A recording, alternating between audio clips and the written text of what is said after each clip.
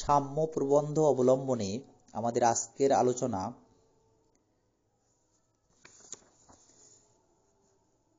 বিদ্যা শিক্ষা সম্পর্কে স্ত্রী পুরুষের বৈষম্য এবং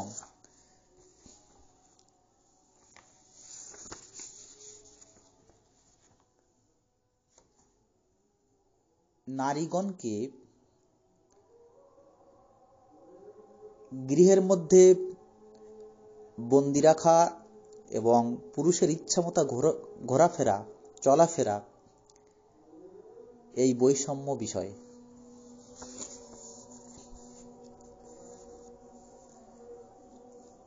সাম্য বিষয়ে আলোচনা প্রসঙ্গে আগেই বলেছি, মানব সমাজের সমস্ত প্রকার বৈষম্যকে বঙ্কিমচন্দ্র ঘৃণার চোখে দেখেছেন। নারী পুরুষ, বিশেষ করে নারী পুরুষের এই বৈষম্যকে বঙ্কিমচন্দ্র মোটেই সহ্য করতে পারেননি।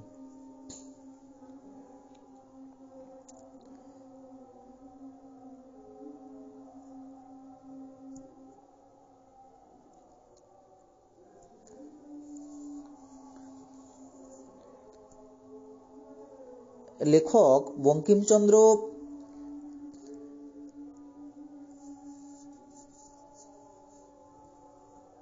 মোটেই প্রশ্রয় দেননি যে পুরুষ বিদ্যা শিক্ষা করুক, কিন্তু স্ত্রীরা অশিক্ষিত থাকবে।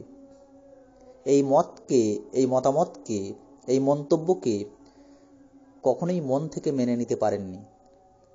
তিনি এই মতবাদের সম্পূর্ণ বিরোধী। আর সেক্ষেত্রে বঙ্কিমচন্দ্র বলেছেন, প্রায় সকল মানুষই স্বীকার করেন মেয়েদের লেখাপড়া শেখানো উচিত।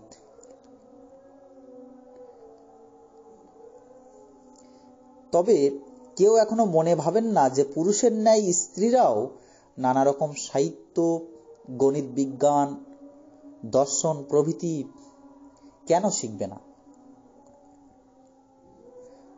কোন পরিবারে ছেলে এমএ পরীক্ষায় উত্তীর্ণ না হলে বিষ পান করতে ইচ্ছা করেন, অথচ তার কন্যাটি কথামালা সমাপ্ত করলেই পরিবারের লোক চরিতার্থ হন। অর্থাৎ প্রাইমারি স্কুল পর্যন্ত গেলেই সেই পরিবার সন্তুষ্ট হন। আর ছেলেটা বিএ পাস, এমএ পাস না হলে সেই পরিবারের কর্তার যেন মন তৃপ্তি পায় না। কন্যাটিও, মেয়েটিও যে পুত্রের ন্যায় এমএ পাস করতে পারে, বিএ পাস করতে পারে, এ কথা পরিবারের কর্তা সহ কারো মনে জায়গা হয় না। অনেকে বলেন, মেয়েরা অত লেখাপড়া শিখে কি করবে, তারা তো আর চাকরি করবে না, তাদের তো আর চাকরি হবে না। কিন্তু প্রশ্ন, মেয়েরা চাকরি বা করবে না কেন? মেয়েরা চাকরি করবে না কেন? তারাও তো পুরুষের থেকে কোনো অংশে কম নয়। তৎকালীন ভারতবর্ষে স্ত্রীদের, নারীদের পুরুষের মতো লেখাপড়া শেখার উপায় ছিল না। আমাদের দেশে সমাজের ন্যায় সাম্য তত্ত্বের এই নীতিটি প্রকাশ হয়নি, চালু হয়নি। লোকে শুধুমাত্র স্ত্রী শিক্ষার ব্যাপারে মৌখিক সমর্থন করেছেন মাত্র। হ্যাঁ, ঠিক আছে, এইরকম একটা ব্যাপার, শিখতে হবে মেয়েদের লেখাপড়া, এইরকম হ্যাঁ বা না একটা ভাব। লেখক বলেছেন, সমাজে কোনো অভাব হলে তার পূরণ হয়, সমাজ কিছু চাইলে তা জন্মায়। বঙ্গবাসীগণ যদি স্ত্রী শিক্ষায় যথার্থ অভিলাষী হতেন, স্ত্রী শিক্ষার প্রতি যদি গুরুত্ব দিতেন, তাহলে তার উপায় নিশ্চয়ই একটা বের হতো। বঙ্কিমচন্দ্রের মতে এর উপায় দুটি হতে পারে। প্রথমত স্ত্রীদের জন্য পৃথক বিদ্যালয় করতে হবে। দ্বিতীয়ত পুরুষদের বিদ্যালয়ে স্ত্রীদেরও শিক্ষা দেওয়ার ব্যবস্থা করতে হবে। এই দ্বিতীয় উপায়টি সম্পর্কে বঙ্কিমচন্দ্র বলেছেন, এই কথা শুনলেই বঙ্গবাসীগণ বিশেষ করে পুরুষরা, যাদের হাতে কর্তৃত্ব, তারা জ্বলে পুড়ে উঠবেন। তারা নিঃসন্দেহে মনে মনে বিবেচনা করবেন যে পুরুষের বিদ্যালয়ে স্ত্রীরা লেখাপড়া শিখলে, অধ্যয়ন করলে নিশ্চয়ই কন্যাগণ, মেয়েরা বারাঙ্গনায় পরিণত হবে, অর্থাৎ মেয়েরা নষ্ট হয়ে যাবে। মেয়েদের তো অধঃপতন হবেই, তার সঙ্গে বেশিরভাগ ছেলেরাও নষ্ট হয়ে যেতে থাকবে মেয়েদের পাল্লায় পড়ে। এই সমস্ত নগণ্য চিন্তাধারা এদের, বিশেষ করে পুরুষদের, যারা নাকি সমাজের ধারক বাহক। কিন্তু প্রথম উপায়টি নিয়ে কোনো আপত্তি থাকার কথা নয়। প্রথম উপায়টি হলো স্ত্রীদের জন্য আলাদা স্কুল করা।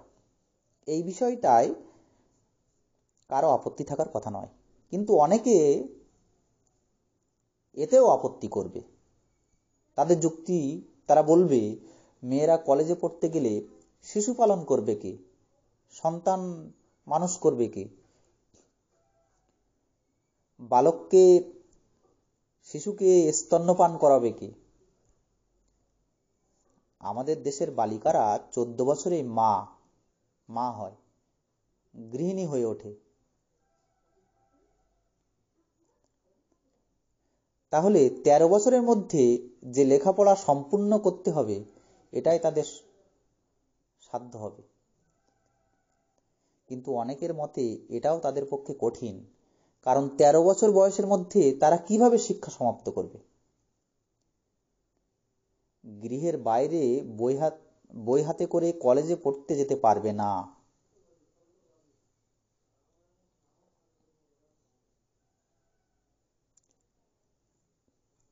আসলে পুরুষদের ধারণা যেন মেয়েদের জীবনটাই সন্তান মানুষ করা, সন্তানের জন্ম দেওয়া, সন্তানকে স্তন্যপান করানো, এটাই।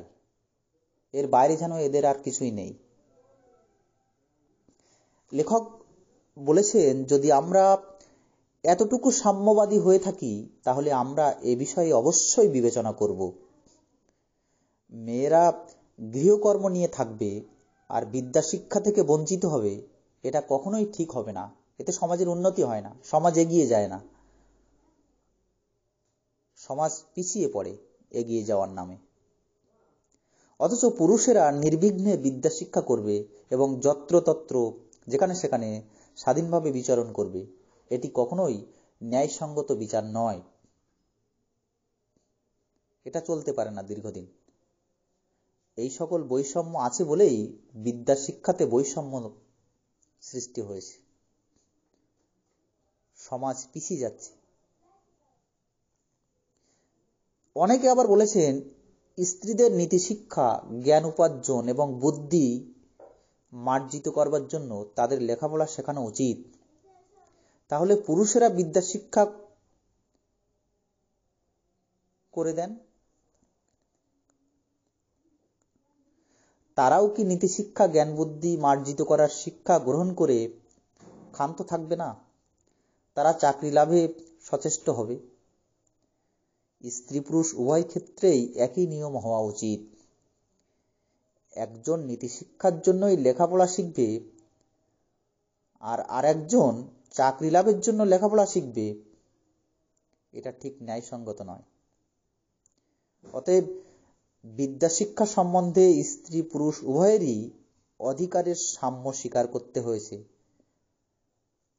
শুধু এক্ষেত্রে সাম্য স্বীকার করলে হবে না, অন্যান্য ক্ষেত্রেও সাম্য স্বীকার করতে হবে। তাদেরকেও পুরুষের সমকক্ষ হয়ে উঠতে হবে। পুরুষের সমান হয়ে উঠতে হবে। পুরুষেরা নির্বিঘ্নে যেখানে খুশি যেতে পারে, স্ত্রীদের ঘরের মধ্যে আটকে না রেখে তাদেরও স্বাধীনভাবে বিচারণ করতে দেওয়া হোক। তবেই নারী ও পুরুষের মধ্যে সাম্য ব্যবস্থা ফিরে আসবে, সমাজে উন্নতি হবে, সমাজ এগিয়ে যাবে, দেশ এগিয়ে যাবে, মানসিকতার পরিবর্তন হবে, মানুষের জয় হবে।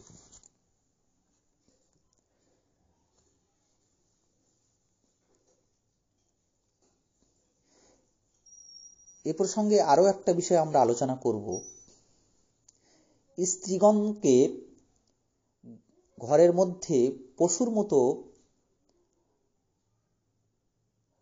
বন্দি রাখা নিষ্ঠুর, জঘন্য, অধর্ম, বৈষম্য ছাড়া আর কিছুই নয়। এই সম্পর্কে বঙ্কিমচন্দ্রের যে মতামত পরিবেশন করেছেন সাম্য প্রবন্ধে, সেটা অনেকটা এরকম। নারী ও পুরুষের মধ্যে যে সকল বৈষম্য আছে, পার্থক্য আছে, তার মধ্যে এই মন্তব্যটি অনেকটাই গুরুতর। পুরুষরা যেখানে সেখানে বিচরণ করবে আর নারীরা ঘরের মধ্যে আটকে থাকবে, পুরুষের হুকুমের দাস হয়ে, পুরুষের গোলাম হয়ে থাকবে, এটা কখনো হতে পারে না। এতে সমাজের উন্নতি হয় না, সমাজ এগিয়ে যায় না, মানসিকতার বিকাশ ঘটে না। এতে পৃথিবীর আনন্দ হোক, শিক্ষা, কৌতুক, যা ইচ্ছা, যা কিছু জগতে ভালো আছে, সবকিছুরই অধিকার পুরুষের সঙ্গে নারীরও। নারী পুরুষের সমান অধিকার। নারীরাই বা কেন পৃথিবীর এইসব আনন্দ থেকে বঞ্চিত থাকবে, অবহেলার মধ্যে থাকবে? এই প্রথম ন্যায় বিরুদ্ধতা ও অনিষ্টকারিতা অনেক সুশিক্ষিত ব্যক্তিরাই স্বীকার করেন, কিন্তু স্বীকার করেও তারা লঙ্ঘন করতে প্রবৃত্ত নন, তার ভিতরেই পড়ে থাকতে চান। এর কারণ আত্মমর্যাদার ভয়, অমর্যাদার ভয়। তারা মনে করেন তাদের স্ত্রী কন্যাকে অন্য পুরুষে দেখবে, অন্য পুরুষে তাদের ঘরের মেয়েদের দেখে ফেলবে। এটা নাকি অনেক বেশি অপমানের, লজ্জার। কিন্তু তার স্ত্রীকেও, কন্যাকে যে পশুর ন্যায় খাঁচার ভিতর আটকে রাখে, তাতে অপমানের কিছু দেখে না। তার মেয়েকে, তার স্ত্রীকে যে পশুর মতো খাঁচার ভিতরে, জেলখানার মতো, মিউজিয়ামের মতো, চিড়িয়াখানার মতো বন্দি রাখে, এটা অপমানের কিছু তারা দেখতে পায় না। তাই লেখক বঙ্কিমচন্দ্র বলেছেন, যে সমস্ত পুরুষেরা তাদের বাড়ির মহিলাদের ঘরের মধ্যে আটকে রাখে, তাতে যদি অপমান, লজ্জা বলে মনে করে, তাহলে সেই পুরুষের মান, অপমান বোধ দেখে লজ্জিত হতে হয়, আমাদের মাথা নিচু করতে হয়। বঙ্কিমচন্দ্র এটাও বলেছেন, পুরুষটির অপমান ও লজ্জার কারণে বাড়ির মেয়েদের প্রতি যে অত্যাচার করছে, তাতে তার কোনো অধিকার নেই, তাতে তার কোনো অধিকার নেই। কারণ তারা কি পুরুষের মান রক্ষার জন্য শুধুমাত্র পৃথিবীতে এসেছে? পুরুষদের হুকুম শুনবার জন্য জন্মগ্রহণ করেছে? পুরুষের মান, অপমান বোধ থাকতে পারে, এবং ঘরে আটকে রাখা নারীদেরও তো সুখ দুঃখ, মান অপমান বোধ আছে।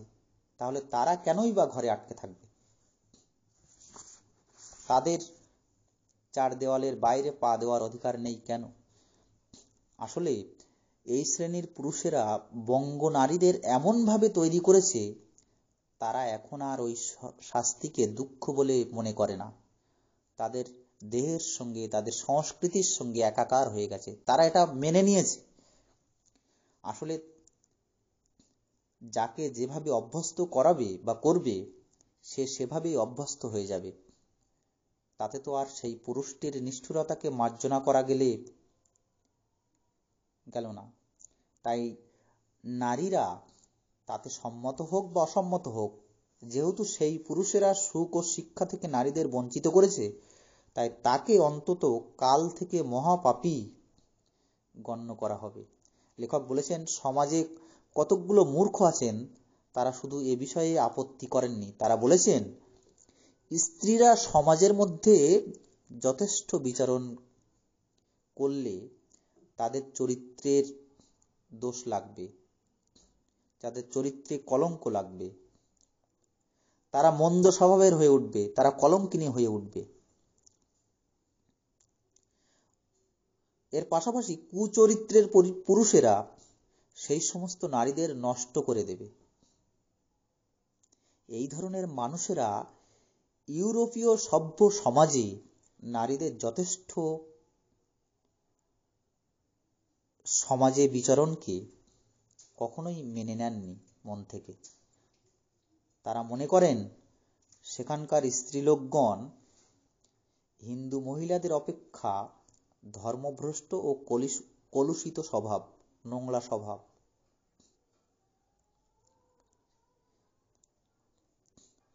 ধর্ম রক্ষার জন্য যে স্ত্রীদের খাঁচার মধ্যে আটকে রাখা আবশ্যক, এরূপ কুৎসা লেখক সহ্য করেননি, লেখক মেনে নেননি মন থেকে।